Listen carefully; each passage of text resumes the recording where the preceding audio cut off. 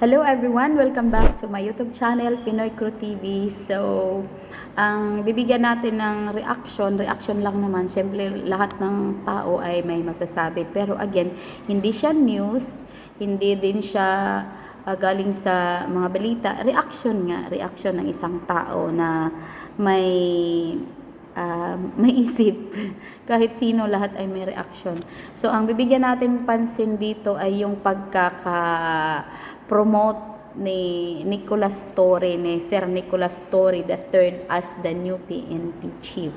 So, sa palagay ko naman, hindi lang naman siguro siya ang magaling, kaya lang siya ang pinili ni BBM dahil lahat ng utos ni BBM sa kanya ay talagang nasunod niya.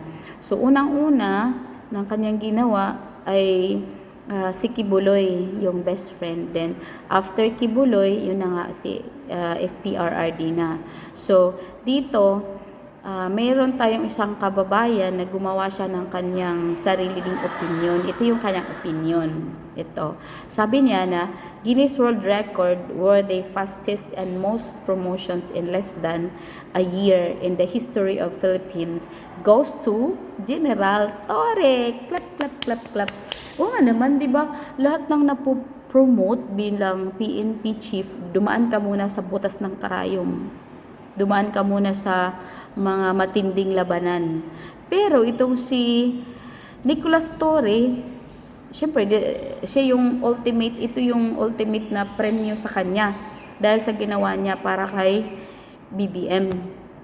So ito, June 2024, promoted to Brigadier General, 1-star siya.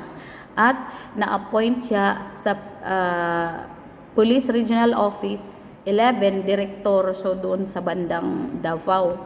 And then April 7, 2025, promoted to Major General. See? 2-star. Tapos serving as CIDG chief. At nitong kahapon lang, May 29, 2025, yan, promoted to Police General, 4-star. Imagine, hindi siya dumaan sa 3 stars. 1, 2, diretso agad sa 4 stars. Ang galing. Okay. And he is now appointed as PNP Chief of Police. So, lahat ng gusto niyang gawin ay magagawa niya. Okay, so, dito tayo sa mga comment. Sabi dito sa comment. Sunod ka lang, mapapadali ang pag-angat mo. Yes, kahit saan naman, basta masunurin ka, aangat ka kaagad. Ito, mauna iyang reward. At sinabi ito, gani, it means yes. And then, hindi na bag-o basta lapit ka sa luwag. Dili na daw siya bag-o kung duol ka sa luwag or malapit ka talaga sa luwag. Yun, pag malapit ka, gano'n. Okay, so, merong isang manunulat, si Jason, sasabi din niya, it's no joke to follow any and all orders of the gods of Batasan, BGC, and the palace. It would have been unfortunate if Nick Torre did not get the dream niyang obsessed promotion. So ngayon, pinagbigyan siya, so fulfilled na siya. Ang problema dyan, pag siya ay nag-retire na, tapos iba na yung gobyerno, at ibalik sa kanya yung kanyang mga ginawa.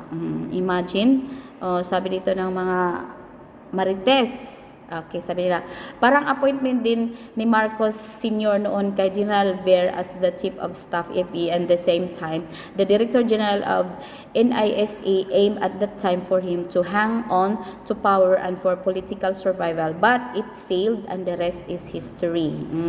And then, he is the standard of BBM admin. Kahit ng pagsunod kay Ngagba pero kung anak kita Torre, iikahiya kita, promise. Kayo mahihiya pero hindi siya nahihiya kasi hindi na siya tinatablan hiya kasi sinasabi niya trabaho lang ito. Ito sabi, someday hihilain ka din. Antayin natin yan. Tapos, sunod ka kahit mali para sa posisyon aral na naturo ni Torre sa labas ng akademya. Yun ang kanya nakuha, yung gumawa ng labag sa batas kasi sila ang batas. So, wala tayong magagawa dyan kasi pag lumabag tayo sa kanila, sure, kulungan ang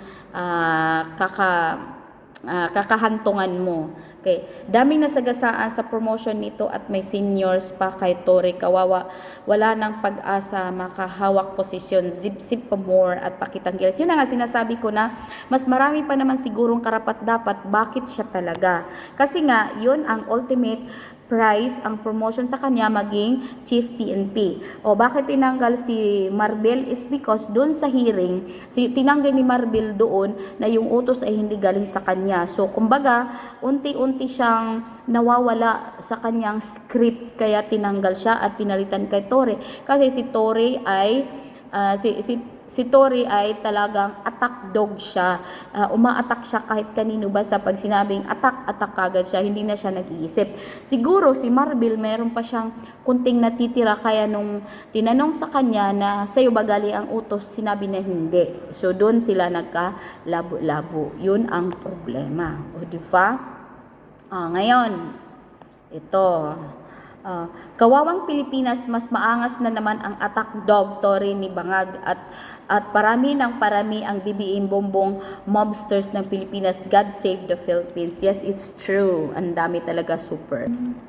So, ang problema ngayon ni Bangag, ni Ngagva ay how can they have a reconciliation kung yung mga taong naging traidor kay FPRRD ay niretain niya. Ito, si John Vic Rimulya niretain, si Gibo Teodoro niretain, si Buying niretain, at saka si Bersamin niretain. So, si Bersamin at si Anyo. So, sino na lang ang hindi na-retain? Si Guevara.